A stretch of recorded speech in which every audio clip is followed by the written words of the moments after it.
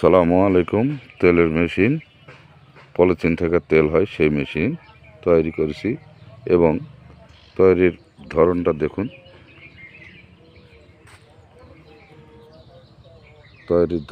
দেখুন। এভাবে মেশিনটা তৈরি করতে হয় এবং তেল নামাতে হয়।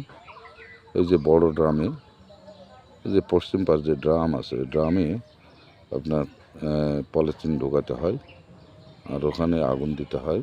ওখান থেকে তেল পাইপ বয়া চলে আসবে। এই যে কন্ডেন্সার, হাউসে কন্ডেন্সার আছে, কন্ডেন্সারে তেল এখানে ঠান্ডা হবে।